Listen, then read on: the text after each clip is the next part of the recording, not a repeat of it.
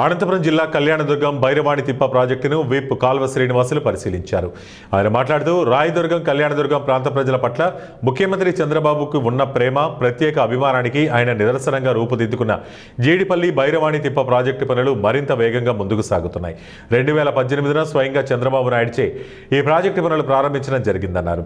2019 నాటికి ప్రభుత్వం దిగిపోయే సమయంలో 30% పనులు పూర్తి చేశాం.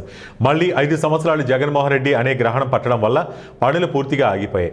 5 సంవత్సరాల తర్వాత కూటమి ప్రభుత్వంలో సురేంద్రబాబు స్వయంగా బాధ్యతలు తీసుకుని మరింత ముందుకు వేగంగా ప్రాజెక్టు పనులు తీసుకెళ్తున్నాడు. అలాగే ముఖ్యమంత్రి చంద్రబాబు నాయుడు ఆశీస్సులతో ఇరిగేషన్ శాఖ మంత్రి నిమ్మల రామానాయుడు సహకారంతో మరియు ఆర్థిక శాఖ మంత్రి పయ్యావుల కేశవ్ సహకారంతో మరింత ఉత్సాహంతో పనులు ముందుకు తీసుకెళ్తున్నామంటూ ఖచ్చితంగా ఈ భైరవాణి తిప్ప ప్రాజెక్టును రైతుల కళ్ళలో సంతోషాన్ని నింపడానికి కృష్ణమ్మ తల్లిని కళ్యాణదుర్గం, రాయదుర్గం, ఈటీపీ కాలువలకు రప్పిస్తామంటూ హామీ ఇచ్చారు. శాసనసభ్యులుగా ఎన్నికైన నేపథ్యంలో మరింత బాధ్యతగా ఆయన ఆధ్వర్యంలో ఈ పనులన్నీ కూడా పరిగెడతా ఉన్నాయి.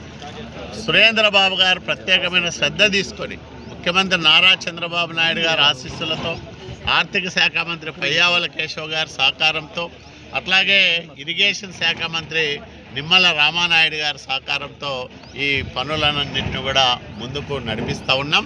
ఖచ్చితంగా ఈ టర్ములోనే ఈ పనులను పూర్తి చేస్తాం. భైరవాణి తిప్ప ప్రాజెక్టును కృష్ణా జలాలతో నింపుతాం. ఈ ప్రాంత రైతులకు ఒక నమ్మకాన్ని, భరోసాను, భవిష్యత్తుకు ఒక భద్రతను కల్పిస్తామని ఈ సందర్భంగా నేను మనవి చేస్తా ఉన్నాను. ఎన్ని టీఎంసీలు, ఎన్ని కిలోమీటర్లు? ఇది 60 కిలోమీటర్లు.